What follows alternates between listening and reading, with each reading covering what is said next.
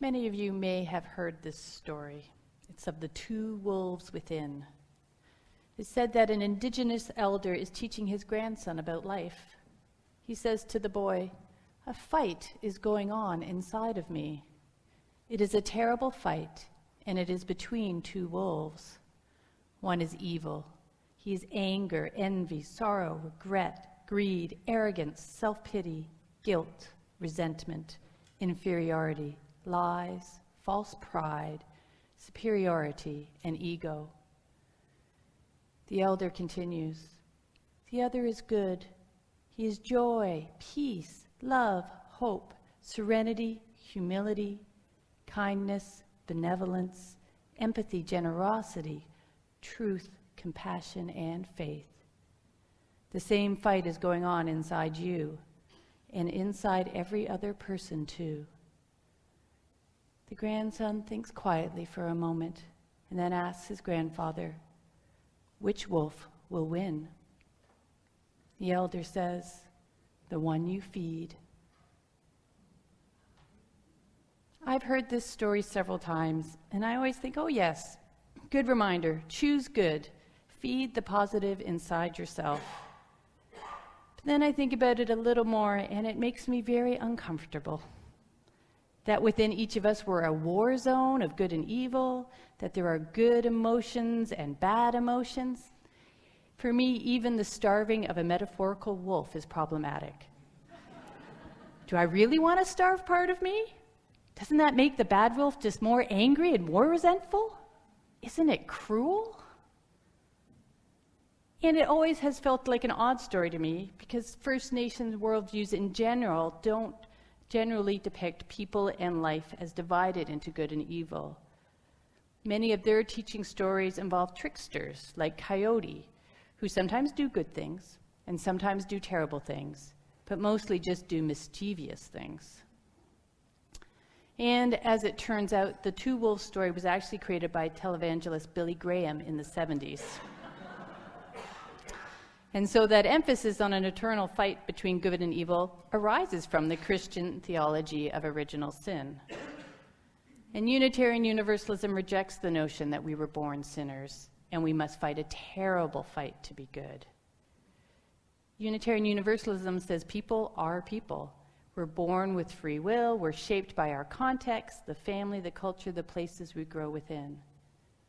Unitarian Universalism says to be fully human, to live with integrity, we must embrace our full humanity, and that includes anger, envy, sorrow, regret, as well as joy, peace, love, hope, and all the rest of those broad spectrum of emotions and sensations we experience.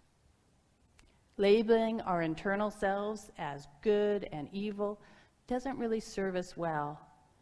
Every emotion has something to tell us. Anger tells us when a boundary has been crossed, that something that matters to us has been injured in some way. Anger is a vital tool for transformation and change. Envy tells us that someone else has something we need, asks us to pay attention to what is missing in our own lives. To live with integrity isn't about fighting the evil within. To live with integrity is to know oneself, to embrace the fullness of everything you are, and that includes the difficult and uncomfortable feelings. After all, wolves actually don't live in pairs or alone. They come in a pack. In each of our hearts is not two wolves fighting for dominance, but a wolf pack working together. In the wolf pack of my heart, all emotions have a place. After all, wolves are highly social animals who care for one another and live in peace within a group. Each wolf has a role to play, and wolves are attuned to the pack as a whole, and they use observation and almost constant communication to stay connected and work together. And they care about each other, and within a wolf pack, they will look after the sick and injured. So what if we treated our emotions like a wolf pack? Acknowledging each feeling has a role to play, paying attention to all, and caring tenderly even for those painful, difficult feelings that we would rather deny. Because even those least wanted feelings have something to offer. They are guides to life, not inconveniences to be squelched. And it's generally when we don't fully feel our feelings that they end up leaking out of us sideways, snapping at our kids, snubbing a colleague, other bad behavior. And of course, we are not only our emotions, and our feelings are shifting and evolving. We are more than any single moment of feeling. And accepting our feelings is not the same as acting out our feelings. As Starhawk said in the theme resources for this month, people of integrity are those whose selves integrate both the positive and the negative, the dark and the light, the painful emotions as well as the pleasurable ones. Caring for the wolf pack of the heart is necessary to live with integrity. It's only by respecting all of our emotions that we can truly be who we are. It's our emotions that tell us when we are living in alignment, when we act in accordance to our values, to our identity, and they signal when things are off. And this is the integrity of the self, integrity which allows us to act from our own personal power, the power within each one of us to direct our life's energy towards what matters to us. So living with integrity requires that emotional intelligence, that we trust our feelings as signals to the health of our lives and relationships. And this can really be a challenge because emotions are not well respected in a Western society. I know I grew up being told by teachers and television to squelch feelings, to think rationally, to make objective choices. And men, or people in professional careers in particular, have been told that expressing emotions are weakness. And yet, if we're honest with ourselves, we know that all of our rational decisions are shaped by emotions, by our personal wants and needs, by cultural norms and expectations, all sorts of non-rational reasons. Through all, that's advertising depends on this truth. The whole world of consumerism depends on us making our rational decisions emotionally. It's why we buy things that are new and improved, even when the old and the same is just fine. So it's better to be aware of our emotional responses.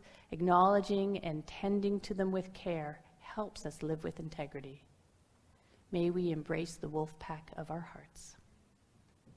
We're better able to live with integrity when we are emotionally aware and can manage all of our complex feelings. We're neither overwhelmed by the more difficult feelings, nor do we deny them, because we know each has something to tell us, and we learn to listen. And then the next step is to live what we know, which it means at times finding the courage to have difficult conversations or making a tough choice. Integrity is really about wholeness, your inner life and external behavior having cohesion. Objects have integrity when they hold together and are complete, even if they're not perfect. And you can say the same for people. That it's about being wholly ourselves, living our complexity in perfectly holding together. Now, traditionally, I think integrity has been seen as a consistency of character, being honest and straightforward, a person of your word. You are the same no matter the circumstance, choosing always to do the right thing. And while this is one way to be in the world, it feels to me like an excellent description of a piece of granite. Solid and immobile.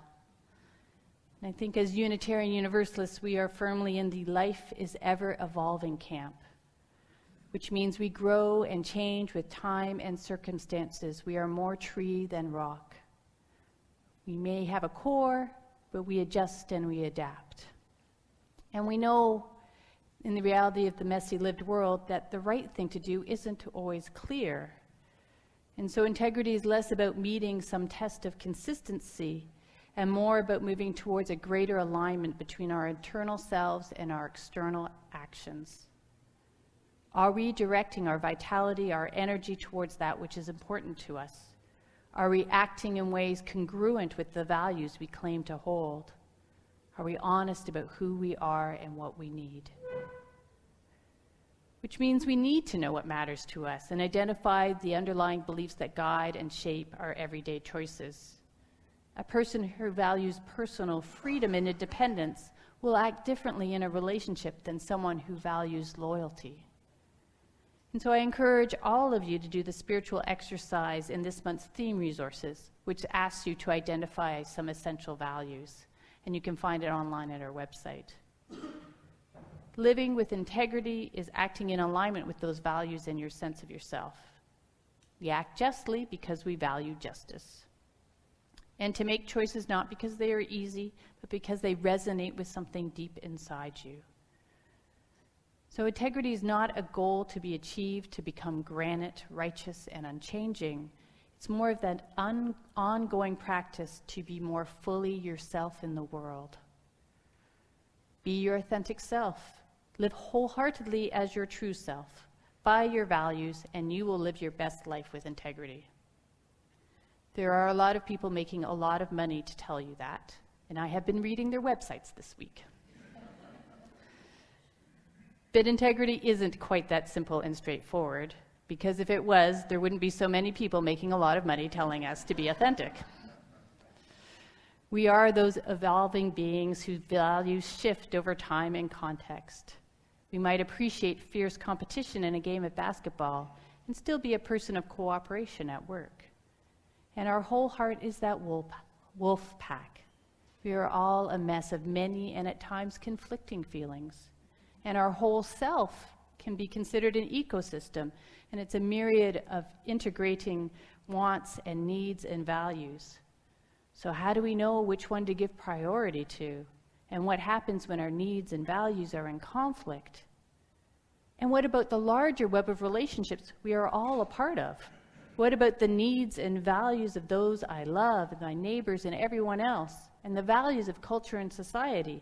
And what about the planet? Between the wolf pack of my heart and the ecosystem of myself and the web of relationships which connects me to all beings, how do I find my own integrity?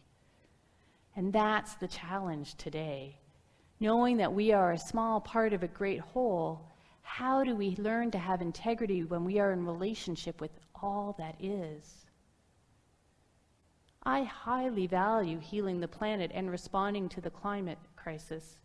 So much so that I'm vegetarian and I lived without a car for years and years. But I also love my parents and want to see them since they retired out to British Columbia many years ago. So do I live with integrity by only seeing them when I can take days and days to travel by rail? Or do I choose to value family ties? In the end, like all of us, I do the best I can, trying to live with self-awareness and by my values. Imperfectly, but wholly. And I think this is all any of us can do, to stay in conversation with ourselves, finding alignment in integrity, knowing that at times we'll lose the thread, but always returning back to it. Choices made with integrity bring an internal sense of satisfaction, that sense of alignment within ourselves, of doing the right thing, whether anyone else agrees. And all we can do is keep seeking the actions that reflect our most essential values, that enhance or even restore our sense of self.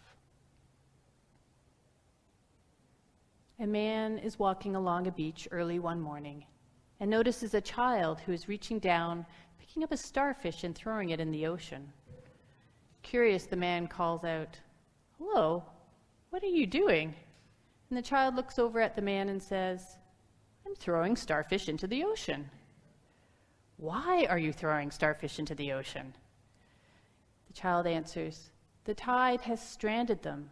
If I don't throw them in the water before the sun comes all the way up, they'll die." And the man looks around. There are miles of beach and thousands of starfish. You'll never throw them all back. There are too many. You can't possibly make a difference.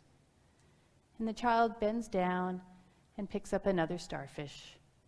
And as they throw it back into the sea, they say, "It made a difference for that one." And I think it made a difference to the child. May we take the time, because it does take time, to learn over and over again how to embrace the full complexity of our emotions, find ways to live out our values, and move always towards integrity. So say we all.